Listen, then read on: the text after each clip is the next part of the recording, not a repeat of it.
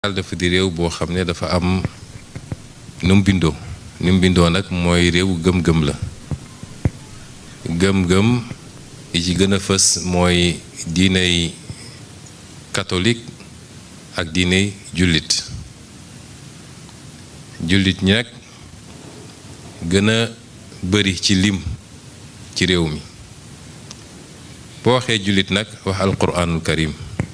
ndax ñaar yooyu kenn mënu ko taqali boo génne woon alquran ci jullit ñi ay nit nga am waaye amatoo ay jullit alquran nag lu ñuy jàng la du lu ñuy meubler kër lu ñuy jàng la di ko fas ci dënn di ko tari ci julli ak di ko tari pour bànneexu xol moo tax lépp lu jëm ci loola ndax sénégalais nu mu sàggan ci diineem bëgg na doomam jàng alxuraan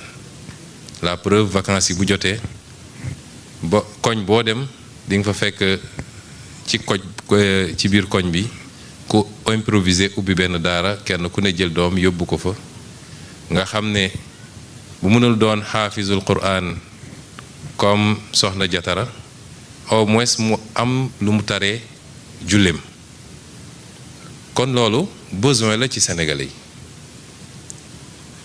yi ni faju nekkee besoin am ndox ak courant ak leneen ak leen nekk du besoin noonu la spiritualité nekkee besoin ci Sénégalais yi moo tax ñun suñu modèle ndax réew day am modèle suñu modèle donte dañ ne tëgg nañ ko ci laïcité boobu mooy bu ànd ak diine di saytu diine di gunge diine waaye du boo xam ne dafa beddi diine dafa boddi diine dàq diine loolu nañ ko wuti ji feneen ba tax nag bu ngeen xoolee ci programme son excellence président Bassirou Diomaye Diakhar Faye muy continuité ci ñun suñu doctrine politique bi ñu commencé ci politique ba léegi ndax di nga ko fekk ci livre bi ma bindoon man muy solution di nga ko fekk suñu programme 2019 fekk ko ci programme président Bassirou Diomaye Faye ci 2024 bi mooy dañu jàpp ni la jëm ci diine faw rek ñu institutionnaliser ko ndax fi mu ne nii lu informel la au nom de la laïcité moo tax ñu ne bu soobee yàlla ci budget 2025 bi bu ñuy voté loi de finance nañuy voté des crédits ne lii pour paj mi la lii pour càmm gi la lii pour mbay mi la lii pour lii ak lii noonu la ñuy voté un budget pour le culte boo xam ne dina mën a jàppale diine gi moo xam di jàppale nit ñi ci lieu de culte yi jumaa yeeg mosquée église yeeg ñoom seen waaye na mën a jàppale njàngale bi aussi mooy daara yi ak yeneen yu ni mel loolu dafa am solo moo tax ñu leen rassurer ni mbirum daara yitte gu rëy la ci ñun président Bassirou Diomaye école bi mu yóbbu doomam mu fay jànge école boo xam ne la day jàngale alquran di jàngale tubaab kon kooku daara ñor na ko man mii di wax ak yéen sama kër dama fa ubbi daara tey soo demee di nga fa fekk xale yi ñuy jàng kon ñu ngi dalal seen xel soxna si te du yem ci loolu waaye monsieur le ministre éducation gi nii nu ñuy def ba ñiy jóge ci njàngale diine gi nu ñuy def ba njàngale diine gi ñu articuler ko ak ay yeneen xeetu njàngale ak yeneen xeetu formation ba yombal leen après seen insertion ñoom it dans les milieux socio-professionnels loolu it yitte la ci ñun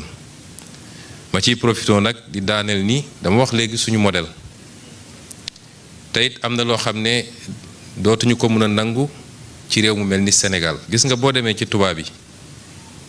loo wax ñu ne la ñun notre modèle notre style de vie ndax ñoom dañoo am seen modèle assumé ko seen modèle lañ jàpp ni moom la ñuy saytu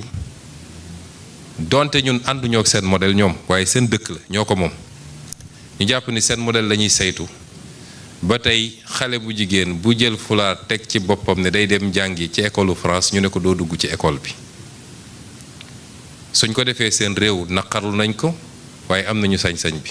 ci ñoo xam ne dañoo woote démocratie ak liberté ak tolérance loolu du tolérance ci noonu rek la ñu mën a tollu nangu fii Sénégal ak école bu mu munti doon jàpp ni nit du dugg ci école bi du fi jàngee parce que am na fulaar bu mu teg ci bopp loolu du yoon suñu responsabilité la xale yépp lañu yemale ki teg fulaar ak ki tegul fulaar gën a leen tewuñu parce que kii teg na fulaar wala tegu ko c'est un choix waaye ñoom ñëpp dañu war a jox les mêmes chances tey boo xoolee récipiendaire concours général yi defe naa ñi teg fulaar ñoo ci ëpp fuuf kon système tolérance bi ñu am ci réew mi kenn ku ne mën a def ses choix et ses options tolérer ñeneen ñi seen choix ak seen options te ñu mën a ànd ci jàmm loolu moo fi wéy bu soobee yàlla kon ñu ngi rassurer ñëpp ni ñu nit dañoo am suñu modèle du ñuy tubaab ay nit ñu ñuul lañu ay nitu gëm-gëm lañu société tolérance lañu am te loolu moo fi wéy bu soobee yàlla merci beaucoup. Merci, Son Excellence, Monsieur le Premier ministre. Nous en arrivons maintenant